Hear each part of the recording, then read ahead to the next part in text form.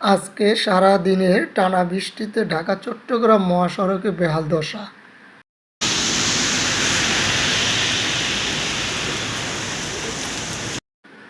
নিজস্ব প্রতিবেদক। ঢাকা চট্টগ্রাম মহাসড়কে সারাদিনের টানা ভারী বর্ষণে তৈরি হয়েছে চরম বেহাল দশা। বৃষ্টির কারণে মহাসড়কের বিভিন্ন নিচু অংশে পানি জমে গেছে এবং কোথাও কোথাও খানাখন্দকের সৃষ্টি হয় এবং যানবাহন চলাচল মারাত্মকভাবে বিঘ্নিত ঘটে।